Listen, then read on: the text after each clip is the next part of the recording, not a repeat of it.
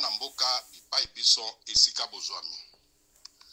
Bandeko, mosai na bino akoti na studio na 9h 17 minutes heure ya Kinshasa, 10h 17 minutes heure ya sud-est ya mboka na biso. Bandeko, bozalaka koyoka non Kabila M23 o boy na boy. Lelo février 2025, mosali na bino ouragan de libération na confirmé bino que Kabila azana kati ya M23 ya solo. Pardon. Kabila azaki okende na Katumbi na États-Unis. Pona ko sala tout que non ba distraire mboka kakati jusqu'à ce que 2028 bongo Katumbi azwa pouvoir à protéger biloko na bango. Boyebi sou Kabila na Katumbi na Katanga ba brade Jekamine lelo bana mboka bakomi bapaya pona matière sia mabele bakokola biso bandekola biso ba chabien bakomi na malvi likolo ya gestion ya Katumbi na Kabila. Et voilà Kabila na États-Unis ba yebisi yote Katumbi te po ba yebi ndenge ba brade Jekamine ba chinois na ba ennemi ya ba américain bazozwa makamona etali biso te, on s'en fout.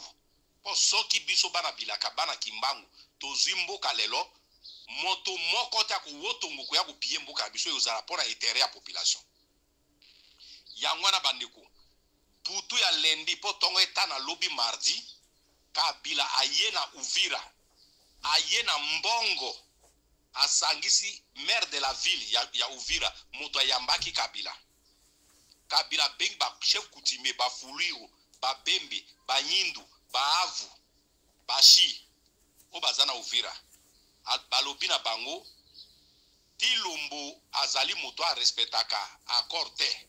Alors accord ba signaki na Tilombo alingi yango te atosi yango te. Alors M23 na bati kanzira bazwa Uvira. Et soki bazwi Uvira bako conquérir mboka mobimba po bango bati akimia bazara Mbongo bako bongisa mboka bazalaki na pouvoir babongisi mboka te. Donc eloko nini waya kukosa bato e message oyo ekoma epande kunangai amour ya Kutumba William ya Kutumba Kabila azoluka mutu na yo makasi keba na ba proche bazali pembe na yo e bino ba proche ya Kutumba bozali bana mboka boteka ndeko na bino te pona Mbongo boteka ya Kutumba te ndeko na ngai ya Kutumba oyebi moto azoloba na yo toyeba na yo depuis 2014 na mois de février le 15 février 2014 nde premier jour ngai na yo to banda ko solola ndeko na ngai na pesi yo information attention zala très prudent Kabila za sur le terrain azoluka mutu na yo parce que balobi o trahi bango.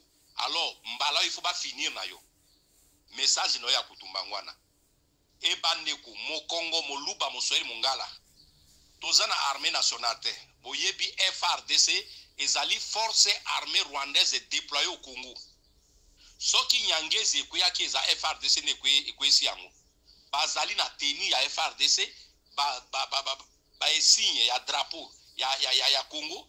Donc bango ne bakwesaki nyangezi eza M23 te M23 akoti nyangezi na ndenge na ye e lobi batantaki kozwa Kabanyola bandeko na ngai Kabila asololi na basoda bazana Uvira boyebi ke ba FRDC nyonso bazaki na Uvira Kabila ebisi bango lokola ba chef coutumier na bazalendo ba boyi ke ba adhérer na mouvement ya yenango ba attaquer bango comme ça ba neutraliser Uvira M23 kota Uvira e bandeko batiaka misapi na masoko ya kobate oyo ba bengi yango na kota bandeko na biso na nord Équateur balobi tondo ndruwa bitumba ya kata lopango ya moto okoki olonga ete po esika molangi ezali esika marto ezali esika libanga ezali yekolo lopango nda yebi botala bibembe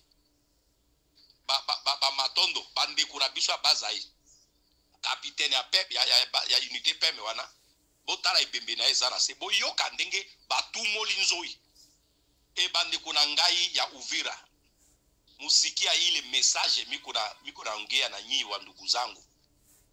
Huyu zozote anayua kupigana vita na majani na ba esprit ya bazaze zetu, mukamate muyungane, tupige adui paka Bunagana.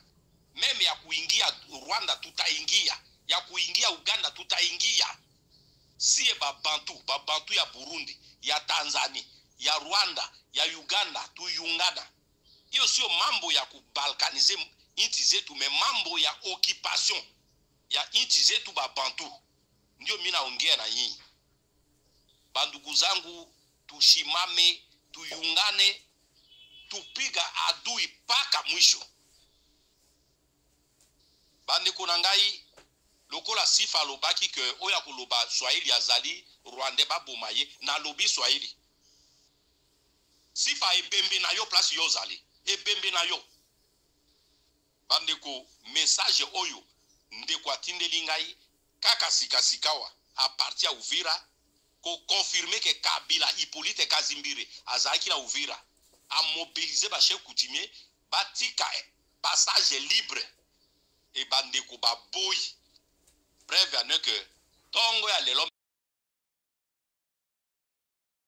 5h 6h botala bibembe ya ba FARDC force armée rwandaise déployée au Congo et bande ko nanga ya Burundi muko ba bantu.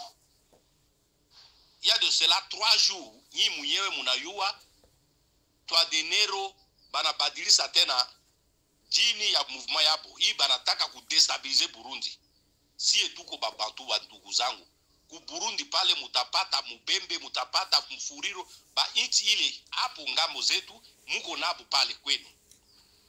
Tuyungana ba ndugu zangu.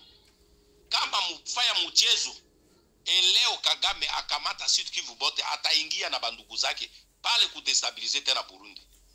Mufikiri ile mwaka ya 1973-74 ile batusi baliua ba Utu na Burundi ndio batakuya nayo hii.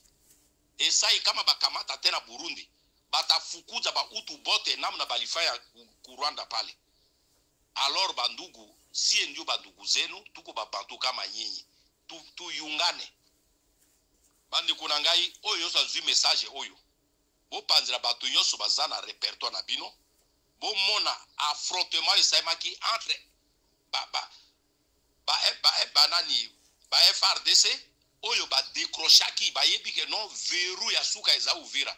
Ba ke ba vandi na Uvira Kabila yeko pesa bango consigne ba kwesa Uvira bongo bakamata Sud Kivu Mobimba. Mais nzambe na bakoko na biso, nzambe ya Kimbangu, nzambe ya Kipavita, nzambe ya Lumumba balobi non. Bande koto telema to bengana banguna, to bengana banguna. Oyo sa zui message oyo bo panza bato yo so za répertoire bino. Je dis et je vous remercie. À bientôt.